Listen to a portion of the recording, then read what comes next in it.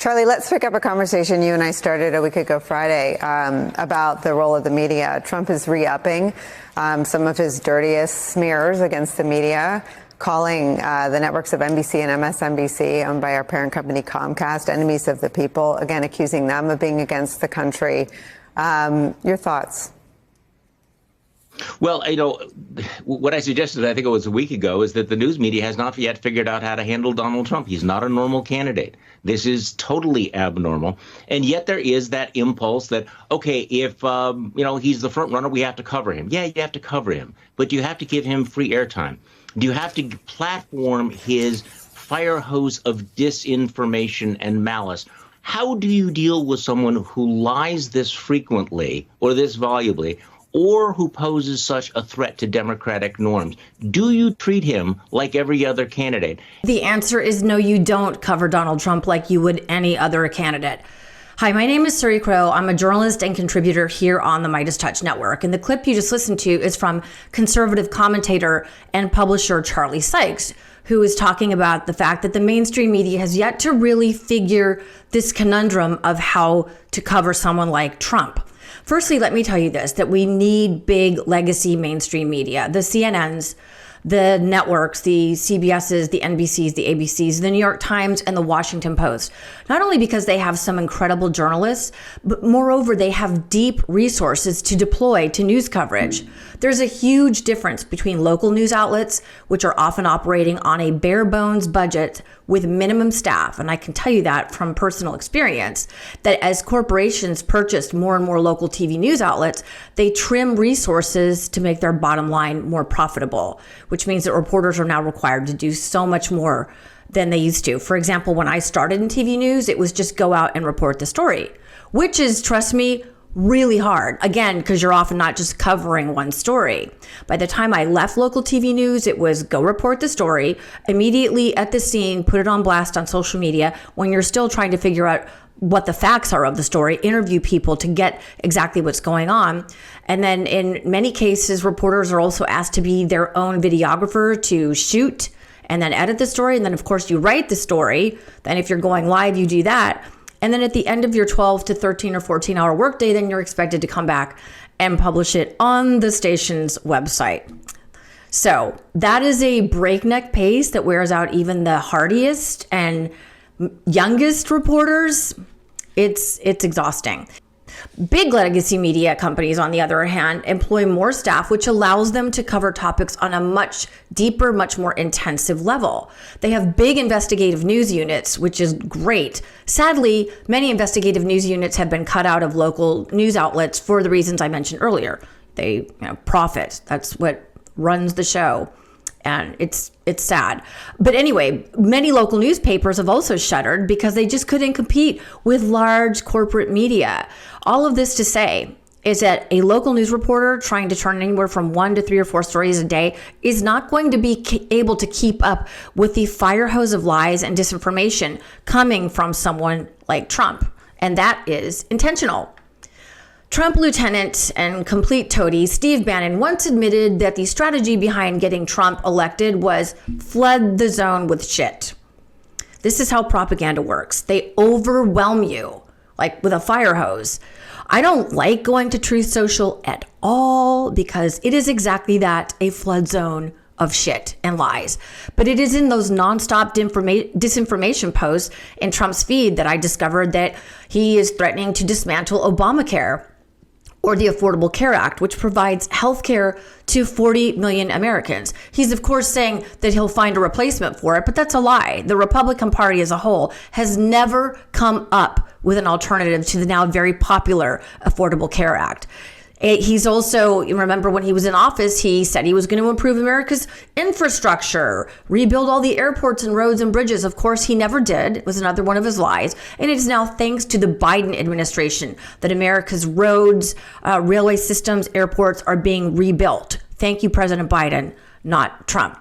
Also on his feed, I discovered that he has been, before the gag order was reinstated, he was doxing New York Civil Court Judge Arthur Engoron's family, including naming posts where it wasn't even Judge Engoron's wife, as well as his chief law clerk, inciting his mob followers to harass them. It makes my head spin to go on there. And that is exactly the way he and the MAGA mob wants it. Today, he's attacking New York Attorney General Letitia James in a series of racist and misogynistic posts. Just on brand for him. Trump and his MAGA mob blast lies into the media ecostream to intentionally overwhelm the public. Listen to Lawrence O'Donnell, who is a host on MSNBC, talk about Trump's intentional strategy here. That's when it started. The American news media's failure to rise to the challenge of Donald Trump started in 2011 and has never stopped. I alone at the time said then that he was lying about sending people to Hawaii to investigate the birth certificate. Trump was surely amazed that he was able to get away with that kind of lie at the time, but he quickly learned how weak TV news could be in the real-time fact-checking, and he relies on that weakness to this day.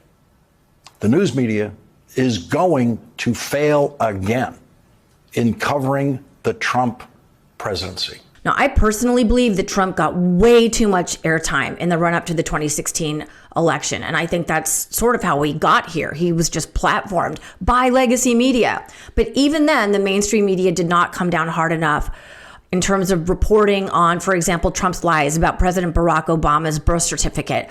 It was never, in my opinion, reported accurately as the full-blown racist and xenophobic attack that it was.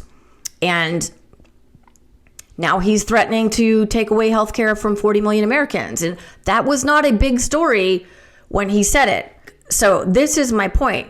We need the mainstream media to pick up the pace, but we also need as many legitimate, accurate journalists out there covering all of this. And one of those journalists is Brian Klaas, who is a writer for The Atlantic, which in my opinion is doing some of the best journalism out there right now.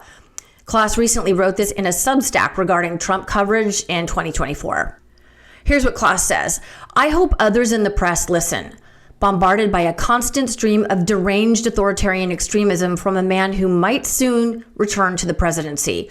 We've lost all sense of scale and perspective, but neither the American press nor the public can afford to be lulled.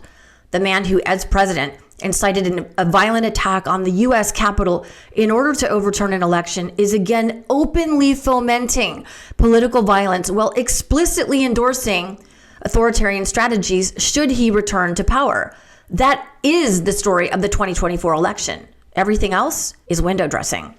I couldn't agree more. Speaking of The Atlantic, their January-February edition is dedicated solely to the damage and destruction that will befall America if Trump gets back into power. In 2016, many of these same writers and contributors accurately predicted much of the chaos and damage that Trump would in turn cause. And in this issue, they break it down topic by topic. It is a must read in my opinion, and I think it's a great holiday gift or stocking stuffer for the MAGA member in your family or friend circle. I've got an idea to maybe surprise a few mailboxes of people I know. So here is my take home point. We cannot become numb. Oh, it's just Trump being Trump. This is just what he does now. No. Because he's very dangerous. Yes, he looks like an orange clown, but he remains a huge threat and danger to our American way of life.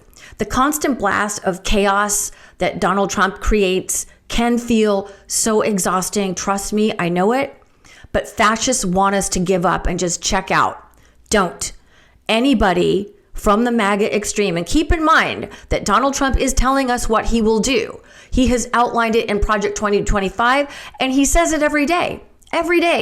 Everywhere he goes, he's telling us what he will do. Create concentration camps, get rid of healthcare, possibly imprison journalists and press outlets that he doesn't care for. Anyone critical of Trump will not be allowed to stay, because this time if Trump gets back in, he's bringing with him a well-oiled machine of MAGA loyalists who will be far more effective in getting his agenda done. The last time we had people in the Trump administration who still, thank God, adhered to the Constitution and the rule of law. We won't have that next time around. Like, I cannot say this strongly enough.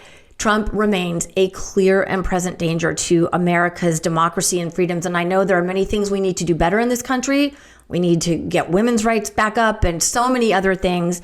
But it is going to be a disaster if he gets in. So please join me in the effort, the pro-democracy effort, right here on the MeidasTouch Network. My name is Suri Crowe. Thank you so much for watching, and I hope to see you back here really soon. Peace. Hey Meidas Mighty, love this report? Continue the conversation by following us on Instagram @MeidasTouch to keep up with the most important news of the day. What are you waiting for? Follow us now.